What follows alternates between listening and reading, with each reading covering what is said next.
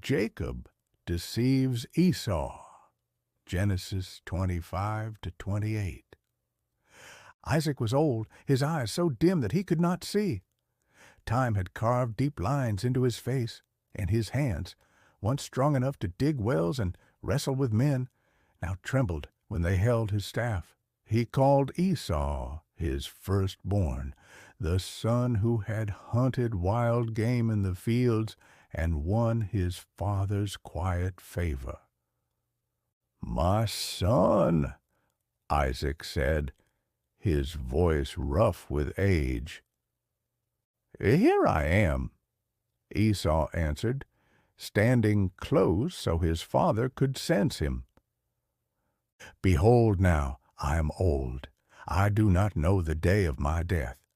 Now then, take your weapons, your quiver and your bow, and go out to the field and hunt game for me, and prepare for me delicious food, such as I love, and bring it to me, so that I may eat, that my soul may bless you before I die." Esau's eyes burned with pride and hunger for that blessing, the final word that would bind him as heir to all God had promised Abraham and Isaac. He gathered his bow and arrows and left the tent at once, his steps steady as a hunter's heart. But Rebekah, Isaac's wife, had been listening from behind the woven curtain.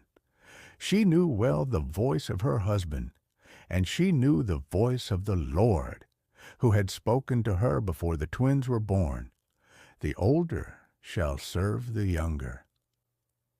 Jacob was her favored son, a quiet man who stayed among the tents, tending the flocks and studying the ways of the household.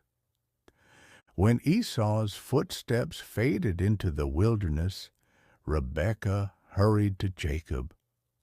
"My son, I heard your father speak to your brother Esau, saying, 'Bring me game and prepare for me delicious food, that I may bless you before the Lord before I die.'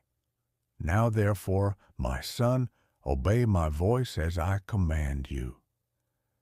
Go to the flock and bring me 2 good young goats, so that I may prepare from them delicious food for your father, such as he loves.